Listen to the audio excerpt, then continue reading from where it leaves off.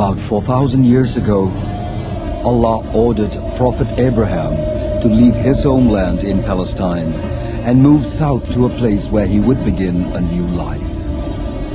Along with his wife, Siti Hajar, and their son, Ismail, Abraham had to endure great difficulties till he finally reached a barren, uninhabited land. It was again the call of God which later sent Abraham back to Palestine, leaving Hajar and the baby son alone in this unknown valley. And when food supplies ran out, Hajar ran back and forth between two hills, known today as Safa and Marwa, in search of water to feed the young Ismail.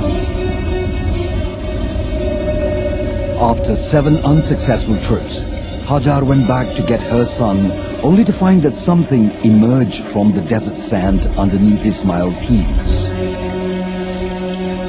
Then, a spring slowly appeared, and Hajar knew right away that it was God's miracle to save both of them from the unbearable heat of the scorching land. The miracle water, known today as Zamzam, had never stopped flowing from that same place ever since. Zamzam became the source of life to this otherwise deserted land. Human settlements appeared one by one here, known back then as Makkah, meaning narrow valley.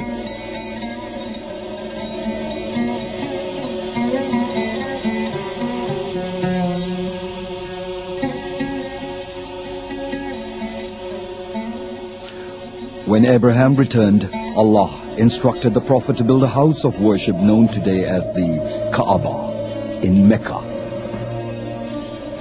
The face of Mecca has changed tremendously ever since. This is Mecca more than 1,000 years ago.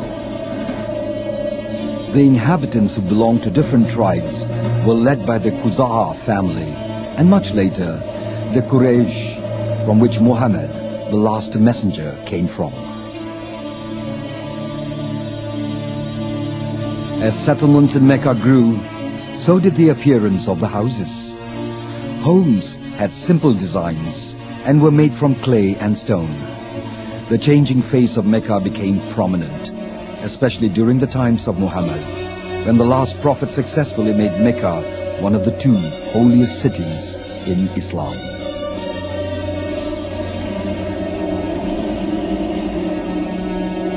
This is the Masjidil Haram, the Grand Mosque of Mecca, during the rule of the Umayyad dynasty in the 8th century. The mosque's total area was enlarged significantly during the reign of Al-Walid Abdul Malik, who ruled from the year 705 to 715 AD. After the extensive work, the Masjidil Haram encompassed an area of 10,270 square meters. Al-Walid was also responsible for the building of minarets around the Grand Mosque. And later, during the rule of Al-Muqtadir of the Abbasid dynasty, the Masjidil Haram's area had reached more than 30,000 square meters.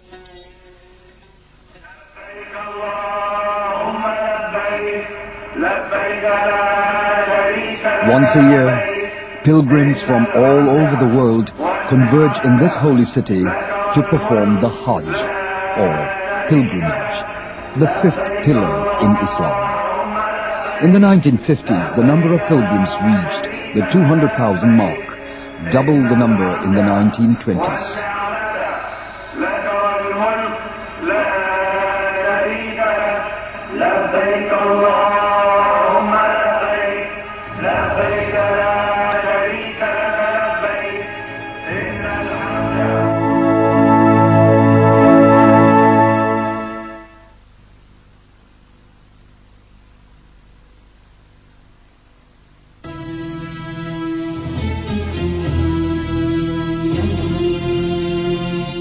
With the end of the Second World War, many Muslim nations gained independence from foreign dominance. The relatively peaceful period enabled the Muslims to return to this holy land.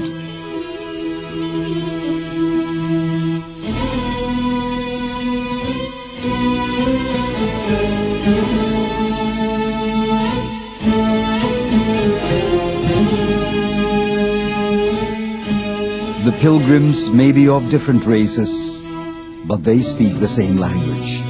That is, Allah is great. And they too share the same wish to perform the Hajj, the fifth pillar in Islam.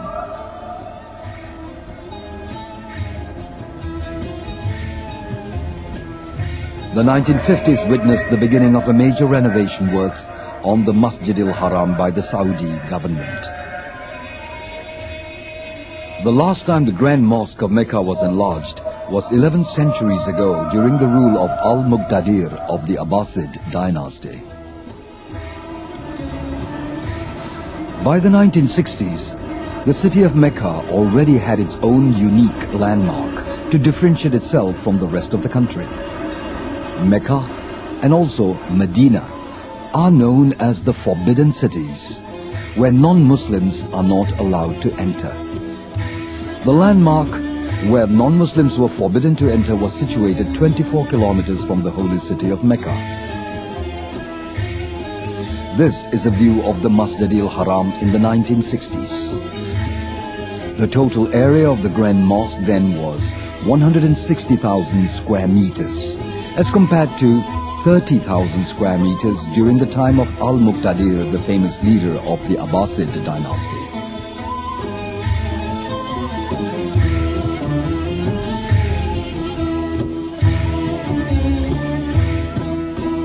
In the 1960s, the Masjid al-Haram could accommodate more than 400,000 worshippers at the same time.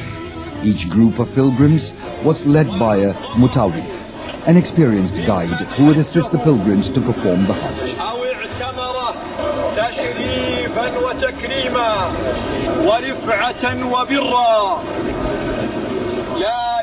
It was during the rule of the Umayyad dynasty that the Kaaba began to be adorned with verses from the Holy Quran. Prior to this, only plain cloth was used to cover it.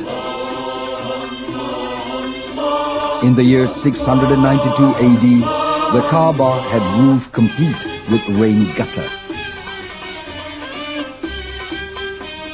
This is part of the gutter which is now on display in the Topkapi Museum in Istanbul, Turkey.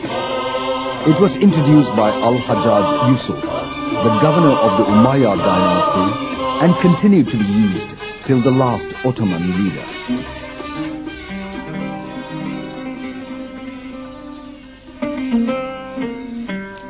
The gutter was later plated with gold in 1853 during the reign of Sultan Abdul Majid I. The Turkish Ottoman dynasty was founded in 1281. In 1517, one of its leaders, Sultan Salim I, was awarded the key to the Kaaba, which symbolized the beginning of the Ottoman sovereignty over the holy cities of Mecca and Medina. The Ottomans also took great efforts in the maintenance of the Kaaba. Part of the work was to replace the aging wooden doors. They are now on display in the Topkapi Museum in Istanbul.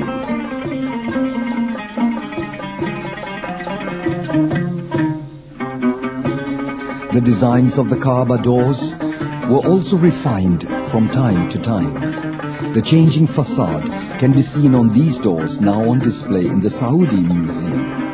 They were built during the early years of the Saudi government.